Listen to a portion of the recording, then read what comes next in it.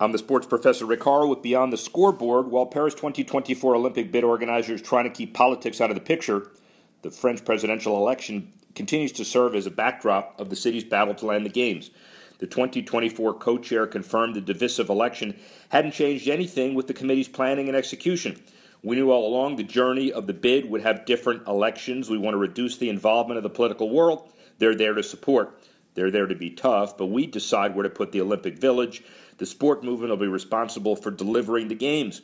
Paris is a favorite over L.A., some say L.A. is. The selection in December will be interesting.